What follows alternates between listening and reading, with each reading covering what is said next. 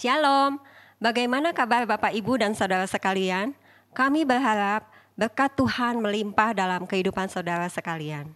Bagi Bapak Ibu dan Saudara yang baru pertama kali mengikuti ibadah online GBI Betel ini, bisa memberikan respon atau menyampaikan pokok doa melalui kolom chat yang tersedia. Mari kita bersama-sama berdoa untuk memulai ibadah ini. Bapa kami yang di surga, kami mengucap syukur Kau telah memberikan kekuatan dan kesehatan kepada kami sehingga kami bisa beribadah saat ini. Sebentar kami akan menaikkan pujian penyembahan kami, kiranya lawatan Tuhan terjadi sehingga kami dapat semakin mengenal dan mengasihi Engkau. Terima kasih Bapa, kami serahkan doa ini hanya di dalam nama Tuhan Yesus kami berdoa dan mengucap syukur. Haleluya, amin. Selamat beribadah, Tuhan memberkati. Terima kasih Tuhan Yesus. Kami mau menyembah Engkau Tuhan yang besar. Kami mau tinggikan nama-Mu selalu ya Tuhan.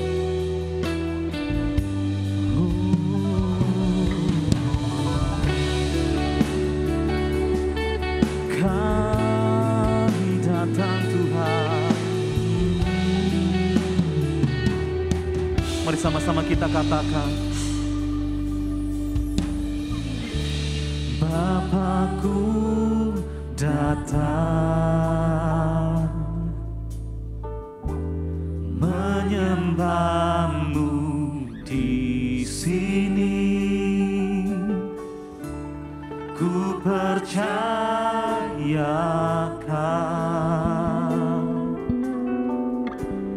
ada bagiku. Katakan tak usah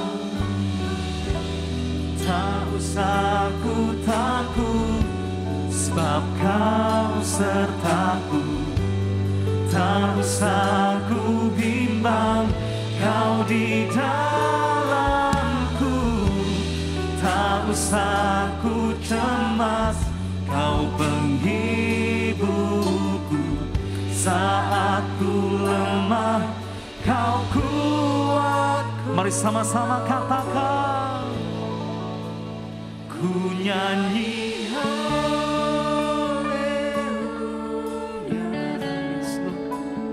ku nyanyi haleluya.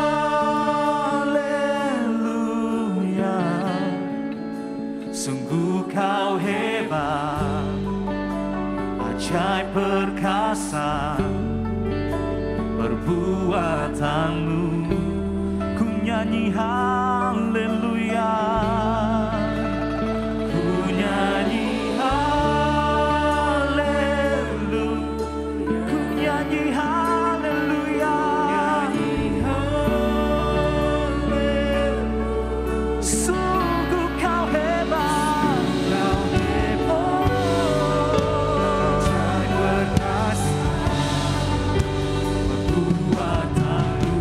Katakan di hidupku.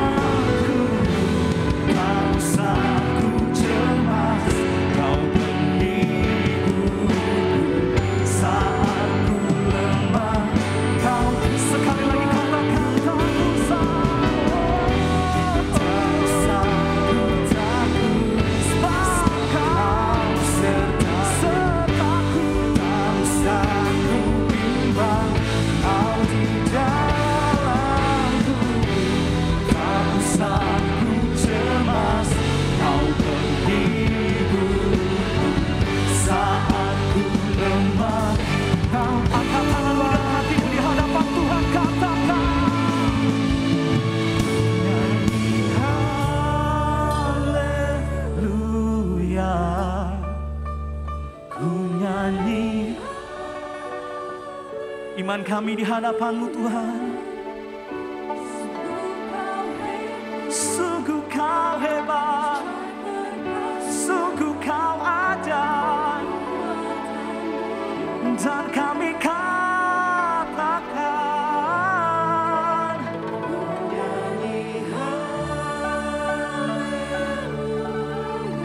ku nyanyi haleluya.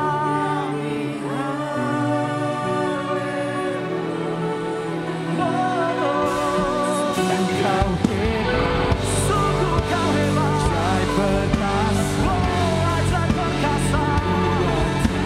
Sekali lagi katakan haleluya.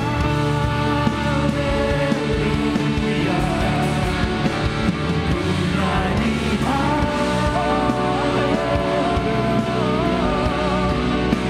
sungguh Kau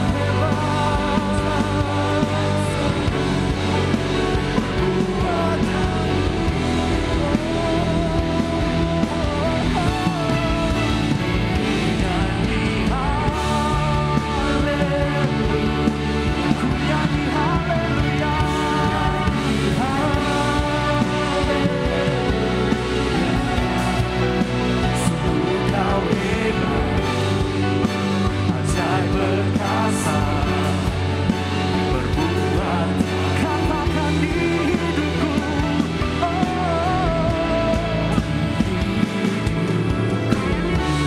haleluya. Sungguh Kau ajaib, sungguh Kau hebat, oh selama-lamanya. Kau layak terima pujian kami, Kau layak terima hormat kami. Oh, berikan sorak-sorai meriah bagi Tuhan kita, haleluya, haleluya. Ada sukacita pagi hari siang hari ini, amin. Yang bersukacita boleh lambaikan tangannya. Tepuk tangan sekali lagi. Yang terbaik buat Tuhan kita. Berapa banyak di tempat ini yang percaya bahwa setiap janji-janji Tuhan akan digenapi dalam hidup kita, amin. Kasih tepuk tangan sekali lagi yang terbaik buat Tuhan kita. Mari sama-sama kita katakan. Biar bumi akan berlalu, biar bulan tak bercahaya lagi, Katakan biar langit, akan bergoncang, matahari, tak bersinar lagi, tetapi Tuhan Yesusku tak pernah ingkar janji. Semua yang difirmankannya pasti akan digenapi. Biar bumi akan berlalu, biar bulan tak bercahaya lagi, biar langit akan bergoncang, matahari, tak bersinar lagi, tetapi Tuhan Yesusku tak pernah ingkar janji. Semua yang difirmankannya pasti akan digenapi. lambaikan tangan saudara, katakan. Shalalalalala, saya cinta Yesus. Shalalalalala, Yesus cinta saya. Shalalalalala, saya cinta Yesus. Shalalalalala, Yesus cinta saya. Biar bumi akan berlalu, biar bulan tak bercahaya lagi, biar langit akan bergoncang, Katakan matahari, tak bersinar lagi, tetapi amin, tak pernah ingkar janji. Semua yang difirmankannya pasti. haleluya. Shalalalalala, saya cinta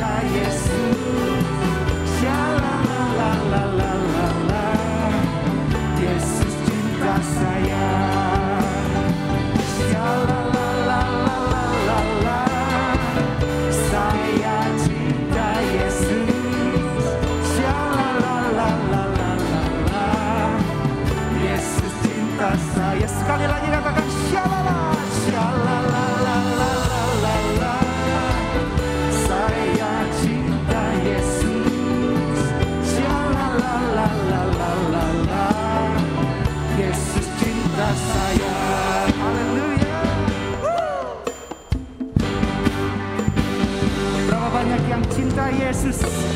Lambaikan tangan saudara sekali lagi. Haleluya. Kita mau cinta Dia lebih lagi hari demi hari. Amin. Haleluya.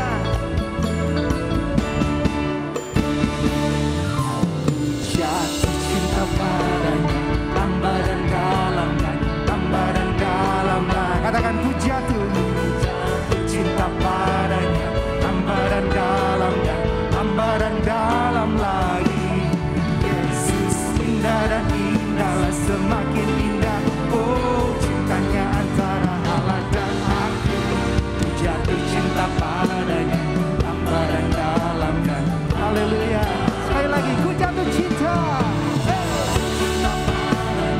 Tambah dan dalam dan tambah dan dalam lagi. Ku jatuh cinta padanya, tambah dan dalam dan tambah dan dalam lagi. Oh Yesus indah dan indah, semakin indah. Oh cintanya antara Allah dan aku. Ku jatuh cinta padanya. Haleluya.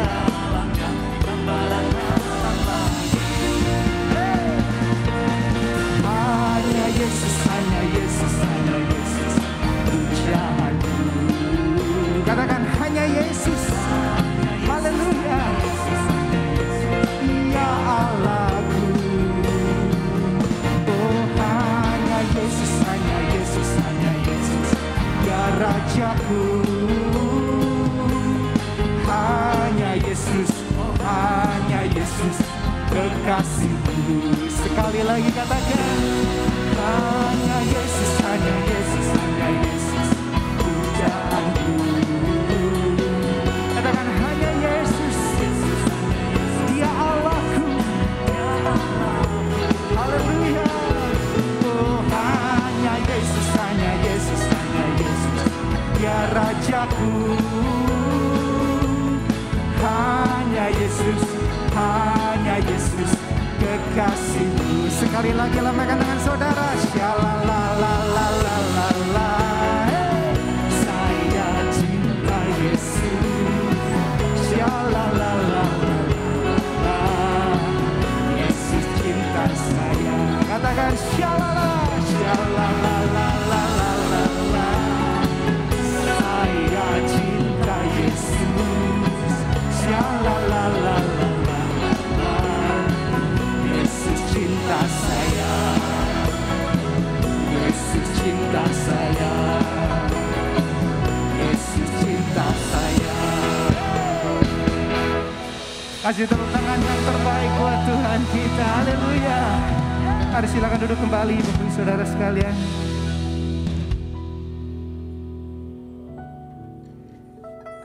Terima kasih Tuhan buat kasih-Mu buat setiap kami. Ini kerinduan hati kami ya Tuhan, kami bawa mesbah kami, persembahan kami, pujian kami ya Tuhan, dalam hadirat-Mu, di tahta-Mu ya Tuhan. Bila Engkau berkenan Tuhan atas setiap puji-pujian umat-Mu. Haleluya Yesus. Saat ku masuk ke hadirat-Mu, ku tersungkur dan sembah, ku persembahkan korban syukurku yang terbaik bagi-Mu. Saat ku masuk ke hadirat-Mu, tersungkur dan sembah, ku persembahkan korban syukurku yang terbaik bagi-Mu. Ku bawa korban syukur ke Tuhan, hatiku limpah dengan syukur sebab Tuhan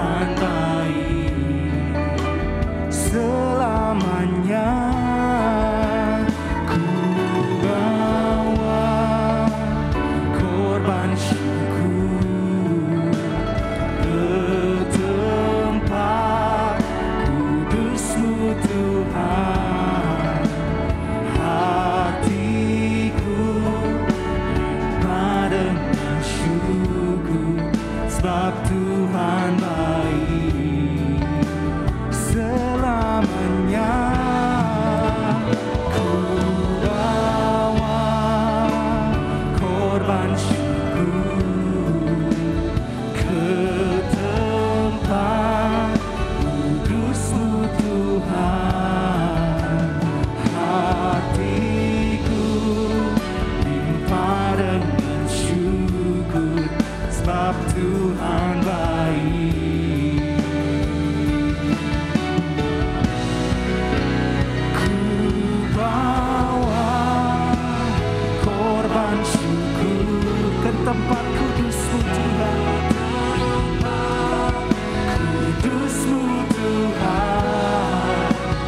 Hatiku limpah dengan syukur, sebab Tuhan baik. Selamanya ku bawa korban syukur ke tempat kudus-Mu Tuhan.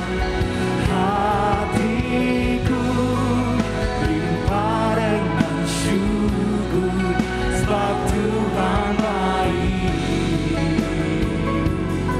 Oh, sebab Tuhan baik.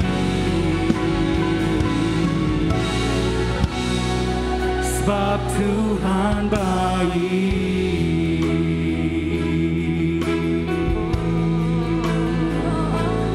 Mari sembah Dia, angkat suaramu. Oh, sembah Tuhan. Dia baik, sungguh baik. Terima kasih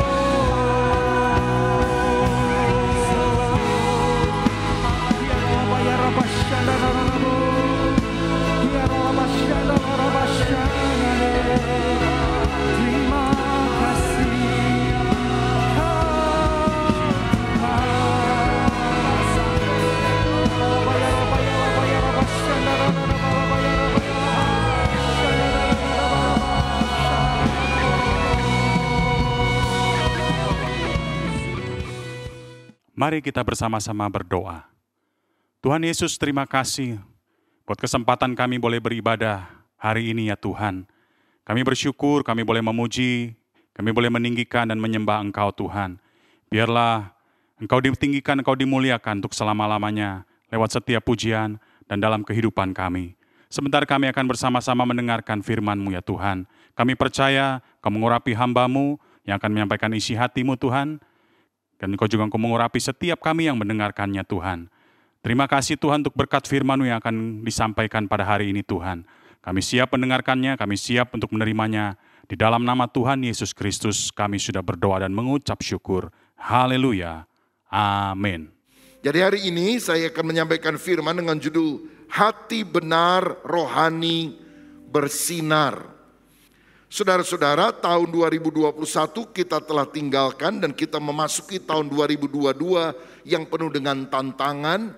Pandemi dengan varian baru itu mulai merebak di berbagai tempat. Ada bencana alam, ada banyak ketakutan akan inflasi dan sebagainya. Di tengah masa yang sulit ini kita harus memiliki iman yang teguh sehingga kita hidup berkemenangan. Dan kuncinya kalau kita punya kesehatan secara rohani. Kalau misalnya ada seorang prajurit yang mau berperang, dia sudah pakai bawa senjata, dia sudah pakai rompi anti peluru. Pokoknya persenjataannya lengkap lah, naik tank baja. Tapi dia sakit lagi demam yang gak bisa mengalahkan musuh. Kesehatan spiritual harus menjadi fondasi bagi kemenangan yang ada. Dan saya percaya kunci untuk kita mengalami kesehatan spiritual adalah sikap hati yang benar. Amsal 4 ayat 23 berkata, jagalah hatimu dengan segala kewaspadaan, karena dari situlah terpancar kehidupan. Kalau hati kita dijaga benar, kehidupan ilahi akan mengalir dalam diri kita. Dan inilah yang akan menghasilkan kebahagiaan sejati dalam hidup kita. Tidak tergantung oleh masalah sekitar. Apakah COVID masih ada atau tidak? Apakah resesi ekonomi akan terjadi atau tidak? Sukacita, kebahagiaan yang melimpah dari Tuhan akan Dia berikan kepada kita. Kan itu mari kita akan lihat Matius 5 ayat 3-6. Apa saja sikap hati yang benar yang kita harus miliki di tahun 2022 ini. Mari kita akan baca Matius pasal 5 ayat 3-6. Demikian bunyinya. Berbahagialah orang yang miskin di hadapan Allah karena mereka yang empunya kerajaan sorga. Berbahagialah orang yang berduka cita karena mereka akan dihibur. Berbahagialah orang yang lemah lembut karena mereka akan memiliki bumi. Berbahagialah orang yang lapar dan haus akan kebenaran karena mereka akan dipuaskan. Yang pertama, kalau kita ingin sehat secara rohani, kalau kita ingin kuat menghadapi segala tantangan, kalau kita ingin berbahagia di tengah persoalan yang ada, kita harus memiliki hati yang rendah di hadapan Tuhan. Ayat yang ketiga tadi, berbahagialah orang yang miskin di hadapan Allah karena mereka yang empunya kerajaan sorga. Ini bukan miskin jasmani, kere, gak punya apa-apa, malah menggantungkan hidup jadi benalu bagi orang lain. Tidak demikian. Yang dimaksudkan di sini adalah miskin di hadapan Allah. Itu adalah orang yang mohon belas kasihan dari Allah, mengemis pengampunan atas dosa-dosanya kepada Tuhan. Dia menyadari kalau dia diampuni, diselamatkan, bisa masuk surga. Itu bukan karena jasanya, amalnya, kebaikannya, tapi semata-mata karena anugerah Tuhan di dalam kehidupannya. Alkitab menceritakan ada seorang Farisi yang masuk berdoa, dan di belakangnya ada pemungut cukai yang juga berdoa. Orang Farisi ini dengan sombong berkata, Tuhan, aku bukan perampok, bukan orang lalim, bukan pezina. Aku berdoa dan berpuasa seminggu 2 kali. Aku membayar persepuluhan. Oh, rasanya dia orang yang sangat rohani kan, sangat spiritual. Tapi ternyata Tuhan bilang orang yang sombong itu pulang dan tidak dibenarkan. Saudara, harus dibedakan antara rohani dan agamawi. Orang yang agamawi melakukan ritual agama karena aturan, demi kemegahan diri. Tapi orang yang sungguh-sungguh rohani adalah orang yang sadar dirinya tidak mampu dan memohonkan anugerah Allah. Seperti pemungut cukai, dia pukul dadanya, dia bilang, Tuhan, ampuni saya. Aku orang yang berdosa, ampuni hidupku. Tuhan bilang orang yang merendahkan dirinya, itulah yang akan dibenarkan oleh Tuhan. Itulah maknanya miskin di hadapan Tuhan. Hati kita mesti rendah di hadapan Tuhan. Saya percaya ciri orang yang benar-benar rohani itu rendah hati, humble.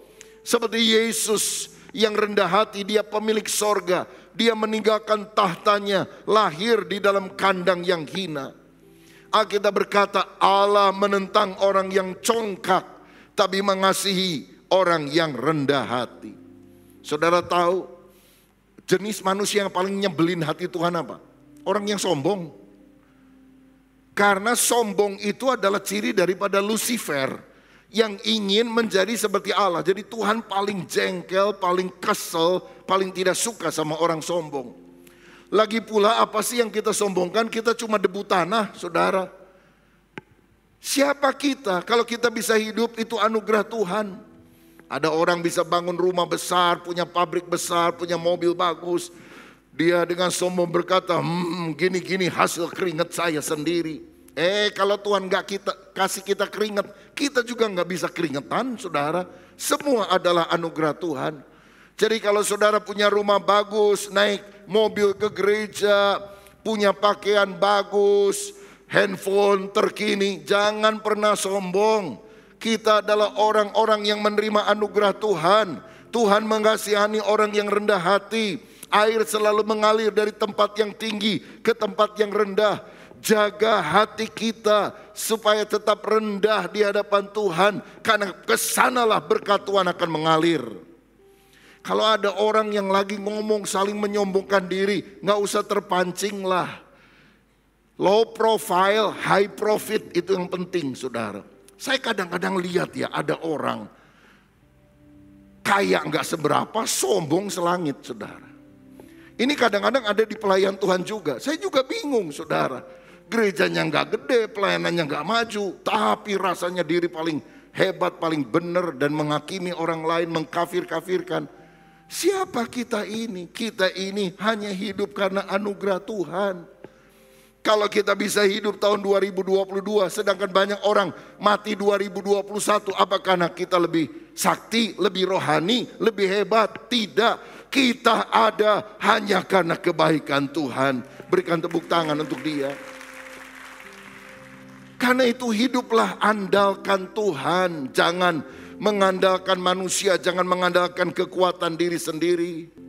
Mari kita jaga hati kita selalu rendah di hadapan Tuhan. Yang kedua, ayat yang keempat berkata, berbahagialah orang yang berduka cita karena mereka akan dihibur. Yang kedua saya lihat orang yang benar-benar spiritual, bukan hanya religius, orang yang benar-benar rohani, bukan hanya beragama, itu punya hati yang bertobat. Berbahagialah orang yang berduka cita karena mereka akan dihibur. Ini duka cita apa? Duka cita pertobatan. Bukan berduka cita karena kita kehilangan sesuatu. Misalnya rumah kita kerampokan, kita kehilangan jabatan kita, lalu kita berduka cita. Bukan seperti itu. Ini juga bukan karena kita kehilangan seseorang. Misalnya pacar meninggalkan, istri menceraikan, atau suami menceraikan, lalu kita begitu depresi. Keponakan istri saya lagi praktek kepada orang dengan gangguan jiwa, ODGJ, saudara, di rumah sakit jiwa di Lembang itu. Lalu waktu malam tahun baru, karena dia bisa istirahat sebentar, kita tanya, paling banyak orang dengan gangguan jiwa kenapa? Dan dia bilang ranking nomor 1, diputusin pacar atau diceraikan pasangan. Geliang, saudara. Jiwanya tidak sehat karena apa? Rasa kehilangan. Ya, orang awam bilang udah gila gitu. Tapi sekarang harus disebut dengan istilah ODGJ begitu. Ya, orang Indonesia memang pandai melembutkan kata-kata, saudara. Kenapa penyebabnya? Karena kehilangan. Dia tidak bisa menatap hari depan. Itu juga menyakitkan. Tetapi Tuhan bilang yang bahagia bukan orang yang kehilangan sesuatu atau seseorang. Yang disebut bahagia ini adalah orang yang menyadari dirinya orang najis, orang yang tidak benar. Lalu dia menyesali dosanya. Karena itu menyakiti Tuhan, menyakiti sesama. Dan dia berkata, saya bertobat, saya mau kembali kepada Tuhan. Seperti anak yang hilang, yang telah memboroskan harta milik bapaknya. Lalu dia sadar keadaannya yang memprihatinkan. Dia seperti orang yang berada di kandang babi, makan makanannya babi pun dilarang oleh tuannya. Dan dia bilang, oh ternyata aku pikir rumput tetangga lebih baik daripada rumput di halaman rumahku sendiri. Aku pikir kalau aku keluar meninggalkan hubungan dengan Bapa, aku akan bahagia. Ternyata aku sengsara, aku mesti balik, aku mesti minta ampun. Aku akan bilang aku gak layak jadi anakmu, jadikan aku budakmu saja. Tapi Bapa berkata, anakku, kamu telah mati tapi hidup kembali. Dia mengadakan pesta, memulihkan anak yang hilang ini. Saudara sekalian, bukankah sikap seperti itu yang selalu kita harus miliki? Kalau ada dosa-dosa yang kita lakukan pada tahun 2021 yang menyakiti hati Tuhan, mungkin orang lain tidak tahu, tapi itu menjadi pergumulan di dalam batin kita. Saya rasa sikap yang paling baik adalah sikap seperti anak yang terhilang. Aku telah berdosa kepada Bapa, aku enggak layak, tapi aku mau minta ampun dan bertobat. Daud pernah berzina dengan istri Uria yang bernama Betsheba. Tapi kemudian dia berkata, Tuhan basuhlah hatiku, sucikan aku. Jangan ambil rohmu yang kudus di dalam batinku. Sehingga dia bisa berkata, berbahagialah orang yang dosanya diampuni oleh Tuhan. Saudara, kita semua bisa salah, bisa berdosa. Tetapi yang penting kalau kita punya sikap seperti Daud, bertobat, minta ampun, maka kerohanian kita akan maju. Orang yang rohaninya akan padam, itu siapa? Orang yang mengeraskan hati. Roh Kudus sudah berbicara di dalam batin, tapi dia tolak terus. Mungkin dalam Alkitab kita bisa bandingkan dengan Yudas. Dia salah. Tuhan berusaha untuk menarik dia di dalam kasih-Nya, tapi dia menolak karena dia mengeraskan hatinya. Saudara-saudara, jangan keraskan hati, berontak waktu orang tuamu menegur, atau mungkin waktu pasanganmu mengingatkan, waktu temanmu kasih tahu. Jangan masa bodoh. Uang-uang saya, badan-badan saya, hidup-hidup saya, kepo banget sih. Loh saudara, orang kalau memberitahu kepada kita tentu motivasinya baik.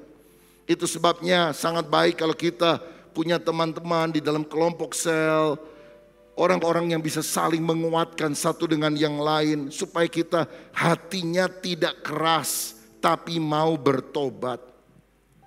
2 Korintus 7 ayat 10 berkata demikian. Sebab duka cita menurut kehendak Allah menghasilkan pertobatan yang membawa keselamatan dan yang tidak akan disesalkan. Tetapi duka cita yang dari dunia ini menghasilkan kematian. Jadi ada dua jenis duka cita. Yang satu positif, yang satu negatif. Duka cita dari dunia membawa kematian. Seperti Yudas, sadar salah. Tapi dia bilang, udahlah, udah kepalang. Lalu dia mati bunuh diri.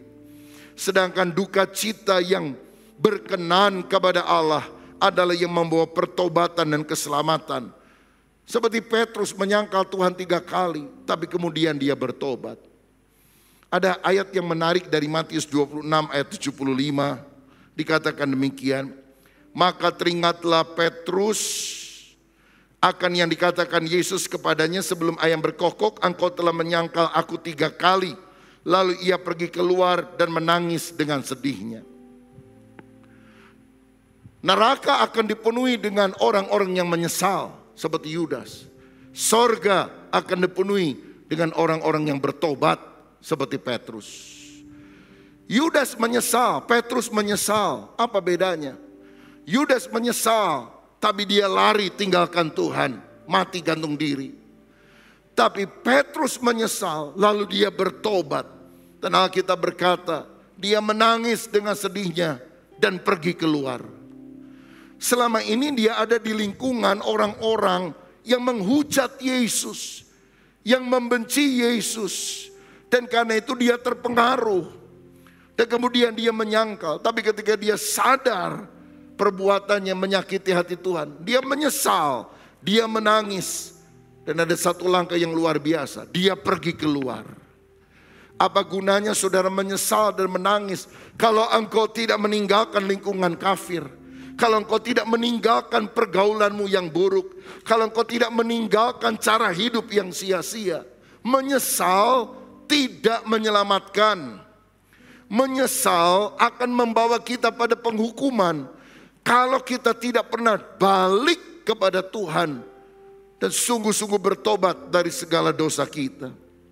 Saudara, maukah kita pada tahun ini benar-benar berduka cita karena hati yang menyesali dosa dan kemudian bertobat, sehingga kita berkata mereka akan dihiburkan oleh Tuhan. Ada sukacita karena pengampunan dan hidup baru yang Tuhan berikan kepada kita sekalian.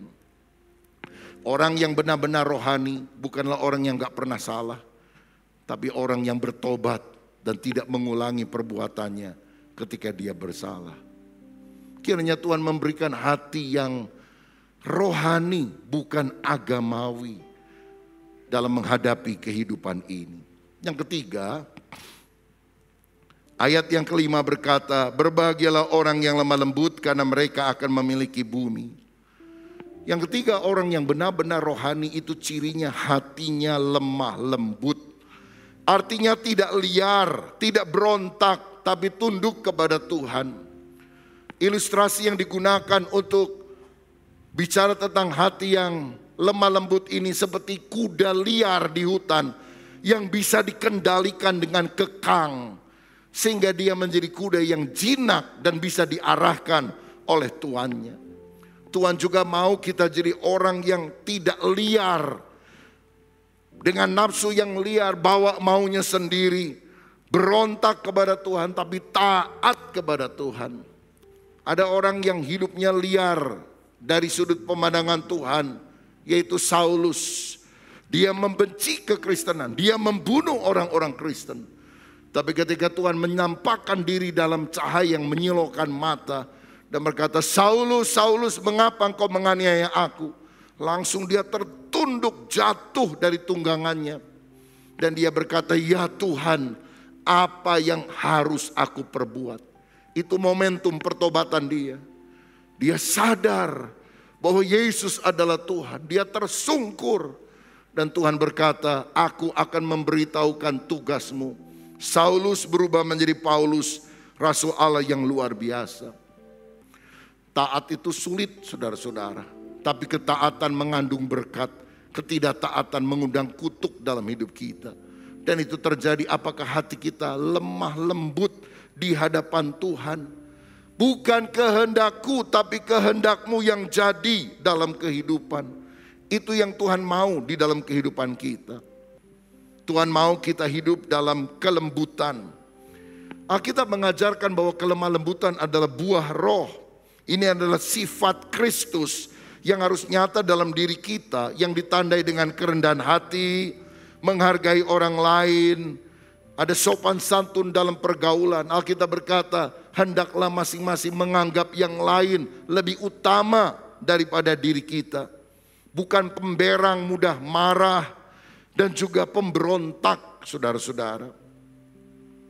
Ada orang yang gampang marah, ngamuk terus dalam hidup. Dan ini tidak menimbulkan suasana yang indah di dalam keluarga. Saya percaya bahwa atmosfer di dalam keluarga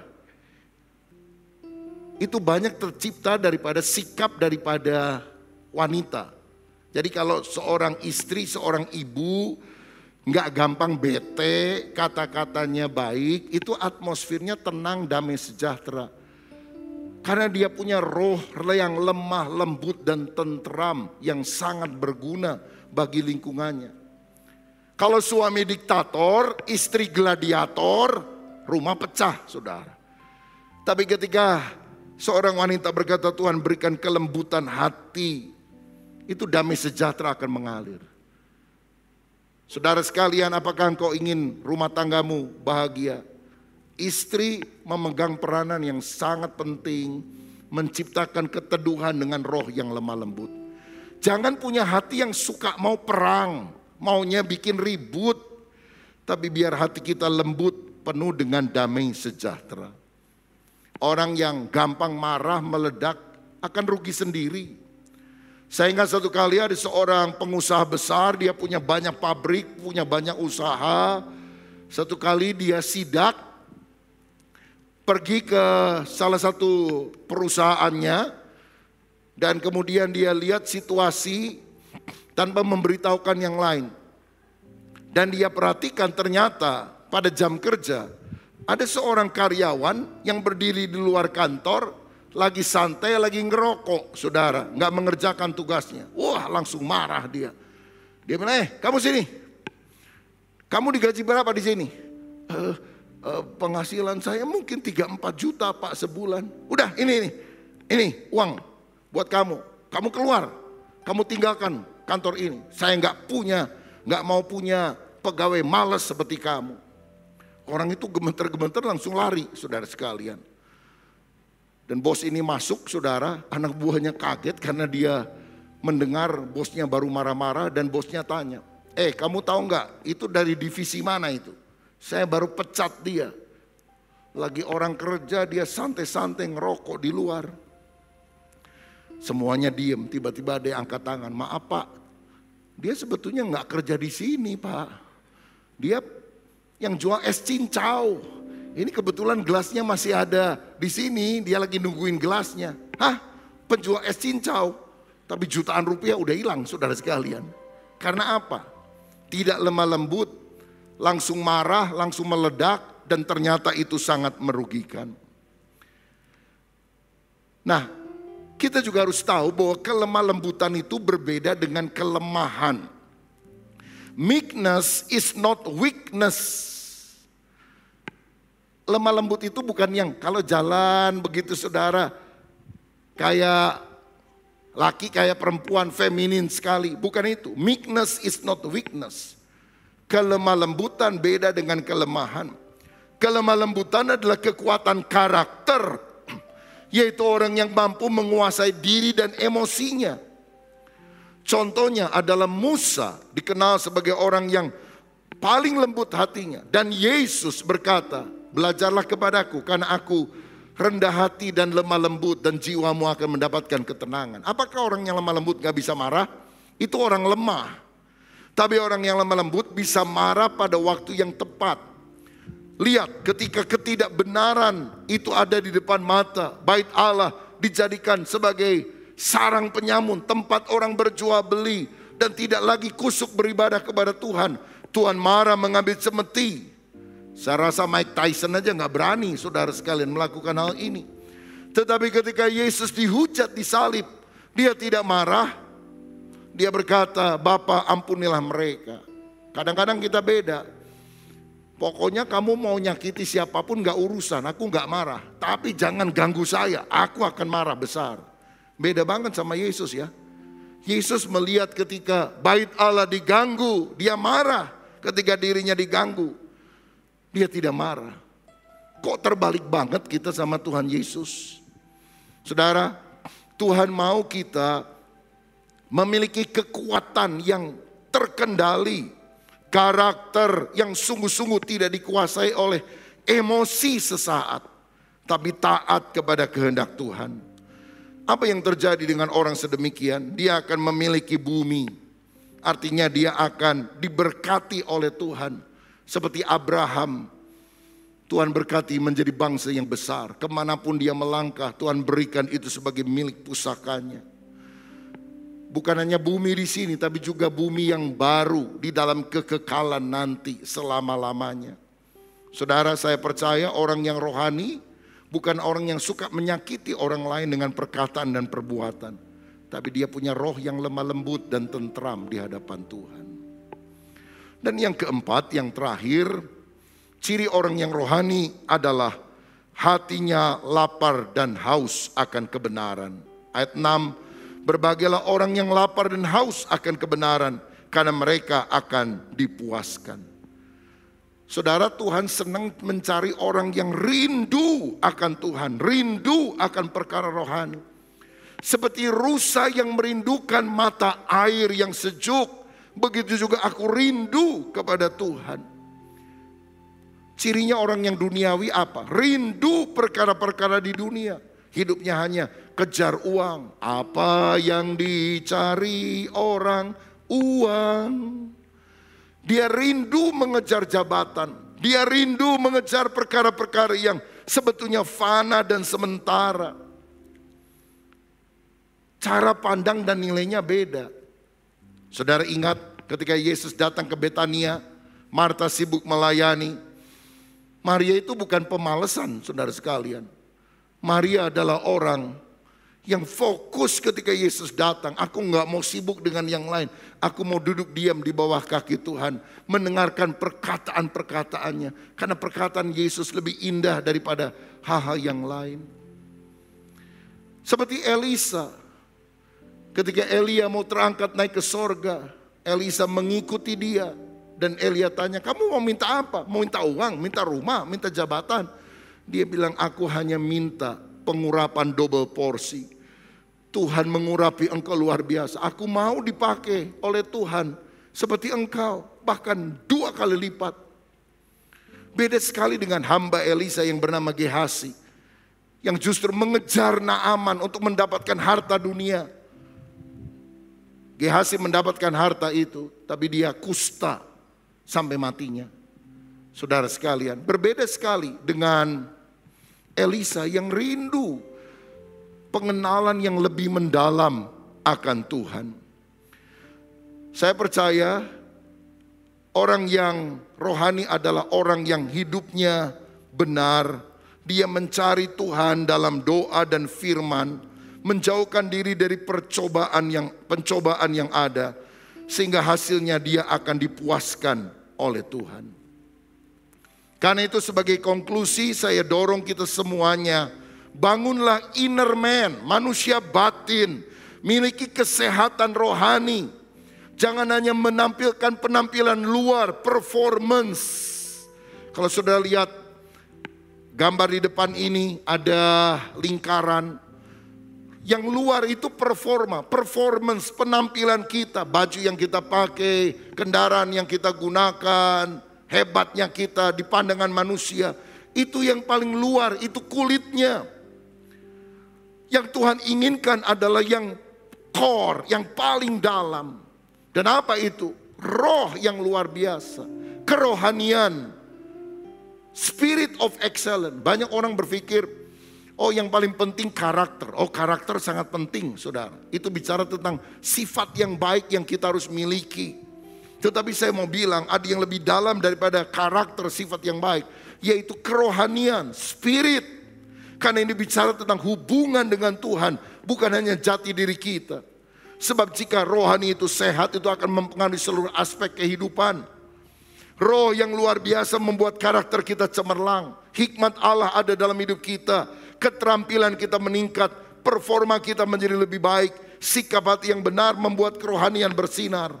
Alkitab berkata, buah roh ialah kasih, sukacita, damai sejahtera, kelemah lembutan, kesetiaan dan sebagainya.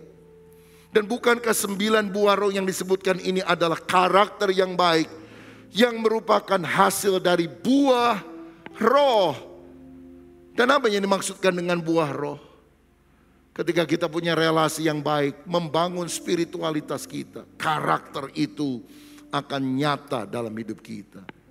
Saudara, saya percaya inti dari segala perkara adalah spiritualitas. Kita harus makin mengejar Tuhan, mengejar perkara-perkara rohani. Karakter akan muncul yang baik, hikmat Tuhan akan berikan sehingga engkau bisa mengatasi masalah dalam dunia ini. Skill, keterampilan saudara itu akan makin bertambah dan performa saudara akan menjadi lebih indah. Jangan mulai dari luar ke dalam, tapi from inside out, dari dalam ke luar. Dan yang paling penting adalah kerohanian kita. Miliki spirit of excellence, karakter kita akan jauh lebih baik dan hal-hal yang lain akan lebih diberkati Tuhan. Siapa yang hari ini mau berkata, Tuhan, aku mau menjaga diriku sehingga aku memiliki kesehatan rohani, sehingga aku kuat menang menghadapi tantangan di tahun 2022. Saudara yang mau berkata demikian, berdoalah. Minta hati kita dijamah Tuhan. Tuhan ada di sini, Dia akan menjamah kita.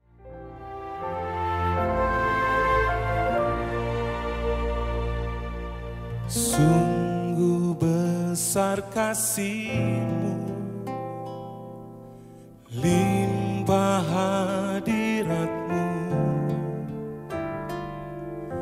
mengalir memenuhi hidupku.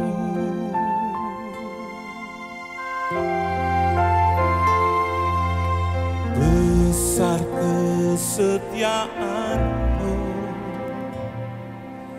nyata di hidupku.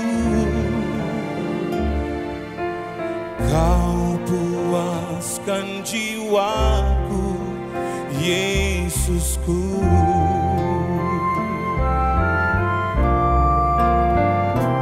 Dan ku angkat tanganku di hadapan tahta-Mu. Pengakuanku tiada yang seperti-Mu.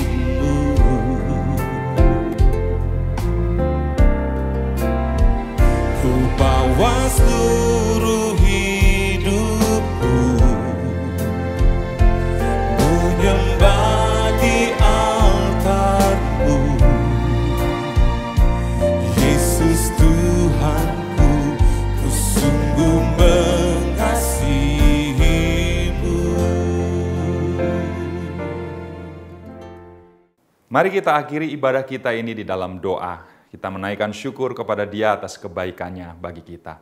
Bapa Surgawi, terima kasih karena ibadah ini Tuhan pimpin, Tuhan sertai dari awal sampai pada akhirnya. Terima kasih untuk setiap pujian yang kami naikkan kepadamu. Terima kasih untuk firman-Mu yang sudah Engkau perdengarkan bagi kami. Engkau juga menerima persembahan kami. Biarlah semuanya menjadi sesuatu yang berkenan di hadapan Tuhan. Tuhan, kami mengakhiri ibadah kami ini Tuhan, dengan memohon berkat-Mu turun atas setiap kami. Kekasih-kekasih Tuhan, terimalah berkat dari Allah Bapa Surgawi, kasih sayang dan karunia dari Tuhan kita Yesus Kristus, persekutuan dan pengurapan yang baru dari Roh Kudus, berkat Allah Tritunggal yang kami terima hanya di dalam nama Tuhan Yesus Kristus. Semua kita yang percaya dan diberkati, mari katakan, amin. Tuhan memberkati kita sekalian, sampai berjumpa lagi.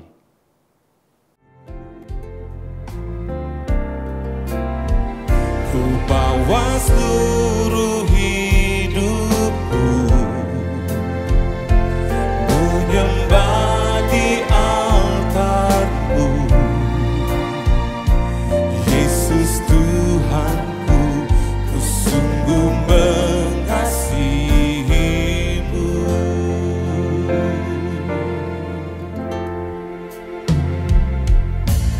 Besar kesetiaan-Mu,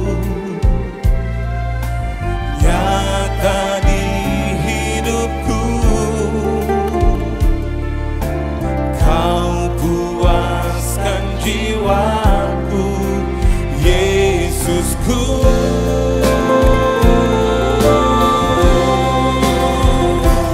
Aku angkat tanganku di hadapan tahta-Mu. Pengakuanku, tiada yang seperti-Mu. Ku bawa seluruh hidupku, menyembah di altar-Mu. Yesus Tuhanku, ku sungguh mengasihi-Mu.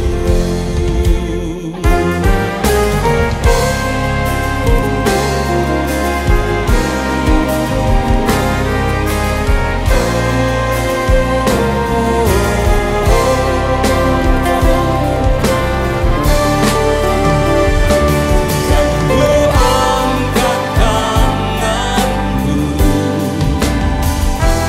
di hadapan tahta-Mu. Pengakuanku, tiada yang seperti-Mu. Ku bawa, ya Tuhan, menyembah di altar-Mu. Yesus Tuhanku, ku sungguh mengasihi-Mu.